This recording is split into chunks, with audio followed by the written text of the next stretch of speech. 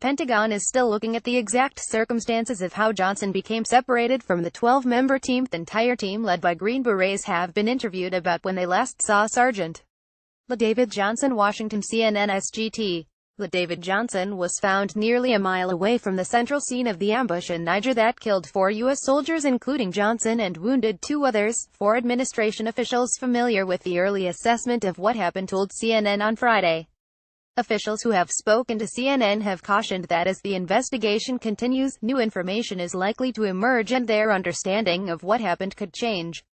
The Pentagon is still looking at the exact circumstances of how and when Johnson became separated from the 12-member team as they were ambushed by 50 ISIS fighters, but is emphasizing that the search for Johnson began immediately and dozens of U.S. forces were quickly moved to Niger's capital Niamey to be ready to go into the field, which some did. Joint Staff Director Lt. Gen. Kenneth F. McKenzie told reporters on Thursday that U.S., French and Nigerian forces never left the battlefield until Johnson was found. The entire Green Beret team has been interviewed about when they last saw Johnson, officials said. Johnson's body was recovered in a remote area of the northwestern African country by Nigerian troops nearly 48 hours after he was discovered to be missing in the wake of the attack, according to U.S. officials. Details of what happened remain murky 2 weeks after the incident in Niger as investigators work to determine precisely what happened, a U.S. official has told CNN. Experts working for Africa Command are trying to establish an hour timeline of what happened as part of a comprehensive investigation that includes all the military branches and elements of U.S. intelligence agencies that were involved in the mission. Several U.S. officials are also now clarifying key points from initial reports of the ambush.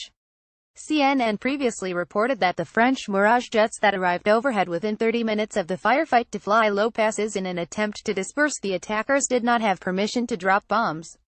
But on Friday, U.S. officials said that French jets did have authority to bomb but did not because pilots could not readily identify enemy forces in this firefight and did not want to risk hitting U.S. and Nigerian troops.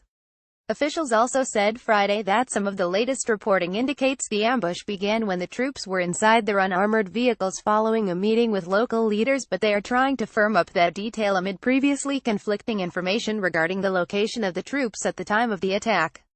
The U.S. Nigerian team had stopped in a village so the Nigerians could pick up supplies including food and water. Then they had a meeting with village elders. There have been reports that some type of tracking beacon was emitting a signal possibly from Johnson. On Friday, officials said this is a detail they are still trying to verify. It could have been one of the vehicle's tracking devices that was emitting the signal.